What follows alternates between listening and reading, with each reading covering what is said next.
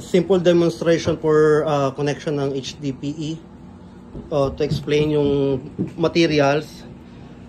Here's the pipe, 6 inches, saddle clamp, 6 inches, electrofusion, coupling, clean out. Ito po yung bolt noong saddle clamp, and Y 6x4 for clean out. Then butt fusion and electrofusion. So yung electrofusion, ginagamit po siya dito sa mga HDPE na nilalagyan natin ng wire. Ito po yung may hub. Ito naman po yung walang hub, na ginagamit naman ay butt fusion. So let's start po kung paano po i-assemble yung connections po ng pipes. First situations po, example, ito po yung pipes na kinat. To install po yung Y na install natin ng clean out. First, ilalagay po natin dito sa pinutol na pipe yung electrofusion na coupling. Ayan po. Then after that, gagamitan po natin siya ng cord gamit yung universal na electrofusion machine.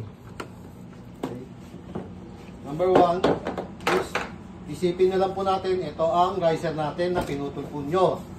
Ngayon, para ma-install natin uli ang pipe nyo na nawalang clean out, lalagyan po natin siya ng coupling with electrofusion.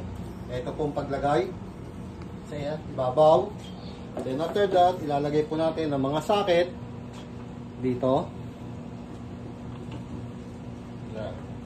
Pag once nalagay na natin po, nakaset po ang timer natin, depende po sa kapal ng fusion. Once na okay na po siya, pwede po natin ipasok na ito sa loob. Sasabay po natin ng another na coupling na electrofusion. Kung meron pa siya, ito po ilalagay natin sa taas. Pero antay muna natin pong maluto ang electrofusion sa baba. May timer tayo na iseset sa kanya. Depende po sa kapal. Once na okay na sa baba, ililipat lang po natin ang mga socket sa susunod na socket sa taas. At antay din natin ng seconds o minutes na maximum. Maximum ng minutes ito is 2 minutes lang po.